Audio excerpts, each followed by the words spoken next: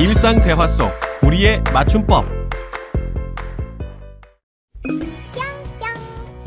오빠, 감기는 괜찮아요? 아, 다 나았어. 감기 다 나았으면서 연락도 안 하고. 어쨌든 다행이네요. 그럼 오랜만에 만나서 얘기 좀 해요. 무슨 일이 있어? 회사에서 어이없는 일이 있었어요. 그래? 언제 만날까? 목요일에 돼? 그날 안 돼요. 그럼 오늘 밤에 보자. 네, 조금 있다가 연락 줘요. 남녀의 대화 내용 잘 보셨나요? 흔히 우리가 가볍게 나누는 일상 대화 내용인데요. 차라리 오타였으면 좋았을 것 같은 부분이 많이 보입니다. 여러분은 이 대화에서 몇 개의 틀린 맞춤법을 찾으셨나요? 정확하게 알고 있는 것도 있겠지만 미처 알지 못해 놓친 것이 있을 수도 있습니다. 무엇이 어떻게 바뀌어야 할지 한번 볼까요? 틀린 맞춤법은 총 9개입니다. 이러한 맞춤법 실수는 단 하나의 자음이 섞이면서 뜻이 달라지는 경우도 있고 의미는 전달되지만 표기법이 틀린 경우도 있습니다. 사실 우리나라 맞춤법은 어렵고 헷갈리는 경우가 많습니다. 하지만 틀린 맞춤법은 사람의 이미지를 좋지 않게 하며 신뢰성을 떨어뜨리기도 합니다. 그러니 좀 더 신경 써야 하지 않을까요? 많은 사람들이 맞춤법이 중요하다고 말합니다. 그러면 맞춤법의 중요성은 어느 정도일까요? 이 질문에 금방 답하기는 어렵습니다. 중요하다를 판단할 때는 무엇보다나 어디에서와 같은 것을 포함하여야 답할 수 있기 때문이죠. 그러면 질문을 바꿔볼까요? 맞춤법이 글쓰기에서 가장 중요할까요? 그리고 맞춤법이 마감보다 중요할까요? 유감스럽게도 두 질문에 대한 답변은 모두 그렇지 않다입니다. 글쓰기에서 가장 중요한 것은 주제와 구성이지 맞춤법이 아닙니다. 그리고 다양한 문서 절차에서 중요한 것은 마감이지 맞춤법이 아닙니다. 맞춤법이 덜 중요하다니. 맞춤법 강의에서 이런 말을 하는 이유가 무엇일까요? 왜냐하면 맞춤법 자체가 갖는 중요성에 대해 명확히 알아야 맞춤법을 제대로 정복할 수 있기 때문입니다.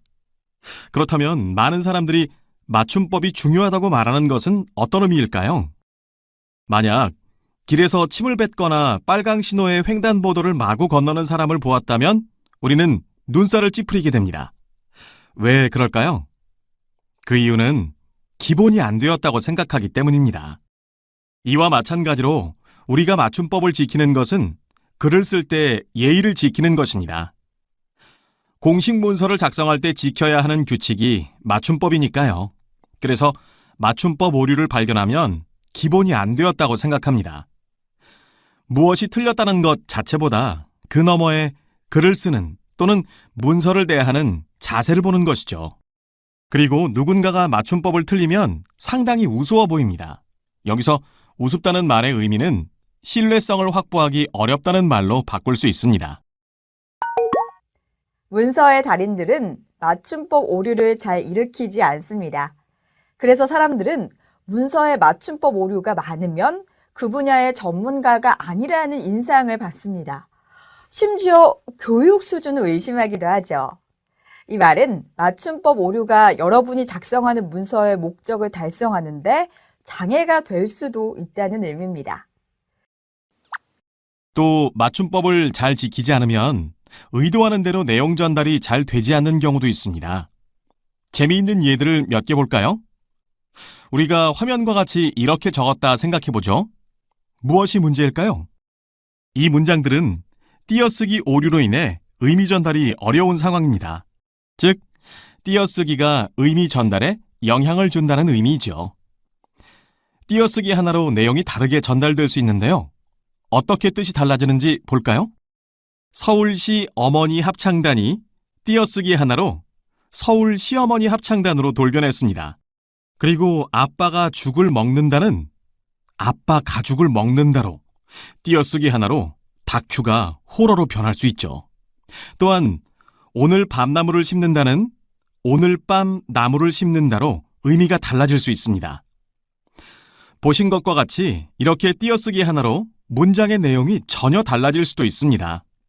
그런데 여러분이 업무 중 다루는 문서의 내용들은 이보다 더 무겁고 의미 있는 것들입니다. 그러므로 여러분이 만드는 오타와 띄어쓰기가 때로는 다큐를 호러로 바꿀 수 있다는 것을 유념하셔야 합니다. 앞에서 글쓰기에서 가장 중요한 것은 주제라고 말씀드렸습니다. 즉, 전달하는 바가 무엇인지를 제대로 전달해야 한다는 거죠. 맞춤법 오류는 때로 그 전달에 장애를 일으키기도 합니다. 이로 인해 글 쓰는 목적을 달성하기 어렵게 되기도 하죠. 맞춤법이 글쓰기의 모든 것은 아닌 것이 분명합니다. 더 중요한 것이 분명히 있죠. 하지만 맞춤법을 지키는 것은 글쓰기 작업에서 예의라는 점, 또 더 중요한 것들을 지키는데 문제를 일으키지 않기 위한 장치라는 점을 꼭 기억하시기 바랍니다. 이것이 우리가 맞춤법을 중요하게 생각하는 이유입니다.